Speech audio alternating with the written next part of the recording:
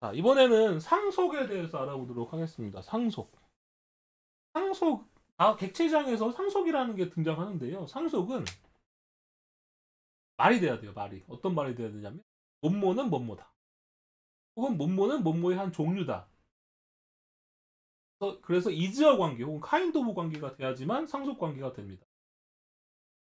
이즈어 관계, 카인드 오브 관계. 예를 들면 노트북은 컴퓨터다. 여러분들 맞아요, 틀려요? 노트북은 컴퓨터. 그 다음에 뭐 세탁기는 가전제품이다. 이것도 맞잖아요. 여러분들 그 백화점 가보시면 여러 가지 제품들이 있잖아요. 선풍기는 가전제품이다. 그거 맞잖아요.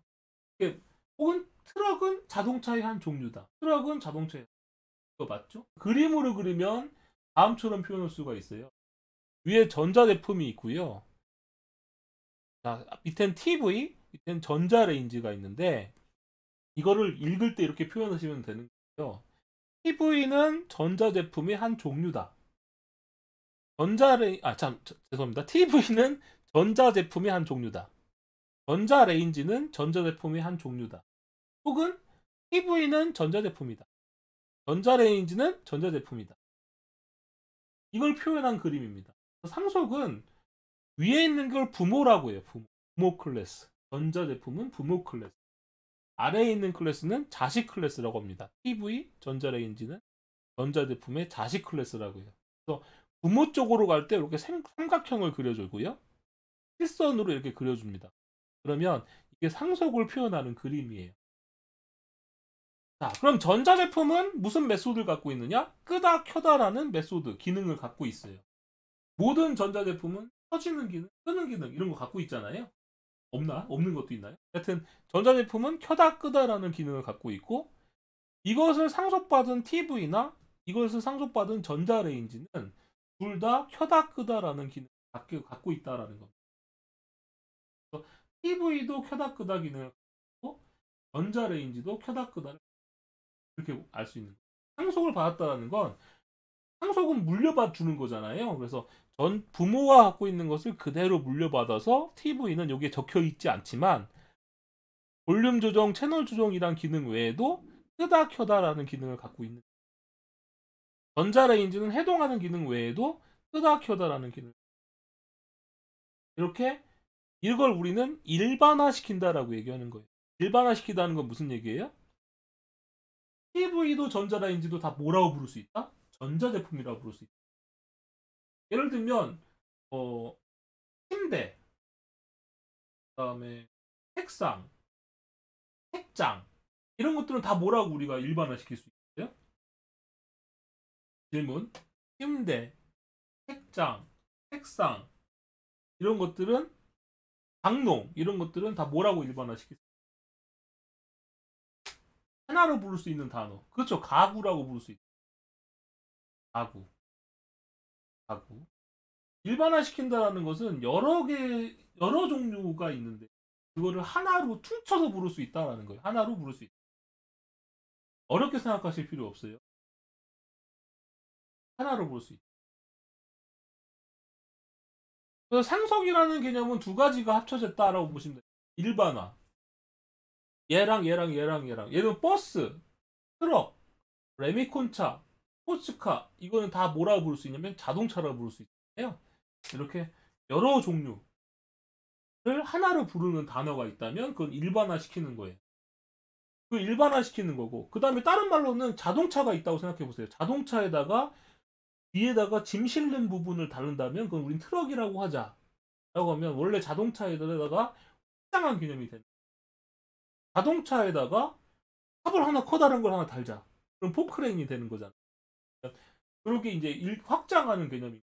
그래서 상속이라는 것은 여러 개의 종류를 하나로 부른다면 그건 일반화라고 하는 거고.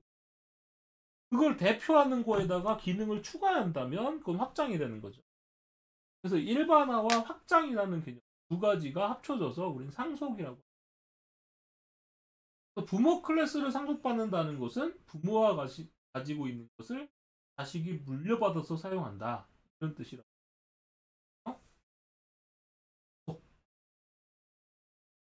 합니다. 자, 그런데 여기서 굉장히 또 중요한 말을 하나 해드릴게요. 아까 저희가 수업을 처음 시작할 때 한 말이 있었어요. 좋은 객체란 뭐다라고 했었죠? 좋은 객체. 앞으로 되돌아서 볼까요? 좋은 객체란 뭐라고 했습니까? 응집도는 높고, 응집도가 뭐라고 했어요? 관련된 것을 잘 모아서 가지고 있고, 결합도는 낮다라고 했어요. 결합도라는 건 뭐냐면 이 객체와 저 객체가 강력하게 결합되어 있으면 안 좋은 거예요. 강력하게 결합되어 있으면 얘를 끊기가 어렵다라는 거고, 끊기가 어렵다라는 것은 내가 이 객체 하나를 다른 데서 갖다 쓰고 싶어도 어떻게 되는 거예요? 결합도가 강력하면, 어떤 객체와 어떤 객체가 결합도가 강력하면 한 객체만 난 가져다 쓰고 싶어. 다른 것까지 줄줄이 이렇게 끌려오는 거예요. 그러니까 어때요? 난 하나만 쓰고 싶은데 막 끌려오니까 그것까지 같이 갖고 가서 내가 써야 되거든요. 그게 힘들어지는 거예요. 좋은 객체는 응집도가 높고 결합도는 낮습니다. 그런데 객체와 객체의 관계 중에서 굉장히 결합도가 높은 관계가 있어요. 객체와 객체 중에서 굉장히 결합도가 높은 관계가 있는데 그게 뭐냐면 상속입니다. 객체와 객체 중에서 굉장히 결합도가 높은 게 뭐다? 상속. 가장 결합도가 강력한 거예요. 그 말은 무슨 얘기일까요, 여러분들? 우리는 상속을 배우지만 상속 별로 좋지 않다라고 생각하셔도 된다. 되도록 상속은 안 쓴다. 초보자들은 상속을 쓰는 게 좋지 않은 경우가 더 많아요. 그래서 뭐 보통 이렇게 객체지향 책 같은 거 이렇게 보시면 막 상속을 엄청 많이 설명하고 상속을 막 안 쓰면 안 될 것 것처럼 막 설명을 막 굉장히 하는데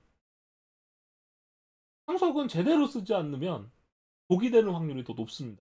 독이 되는 확률. 왜냐? 결합도가 높으면 재사용하기 힘들고 안 좋을 수 있다. 그래서 상속은 정말 잘 써야 됩니다. 이건 진짜 상속 아니면 해결이 안 돼. 그 정도로 상속을 해야만 돼. 라고 할 때만 쓰는 거예요. 그리고 상속은 막 배웠다고 해서 막 쓰려고 하지 마세요. 좀 웃기죠? 여러분들 뭔가 배우면 열심히 쓰라고 해야 될 텐데. 상속을 사용하는 방법은 원래 클래스 만드는 방법은 똑같아요. 접근 제한자, 그다음에 클래스명이 나오는데요. 그 뒤에 뭐가 나오냐면 익스텐즈 부모 클래스명이 나옵니다.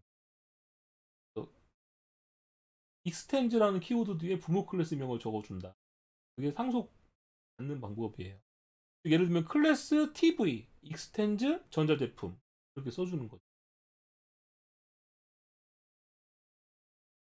여러분들이 지금까지 아무 클래스도 상속받지 않았었어요.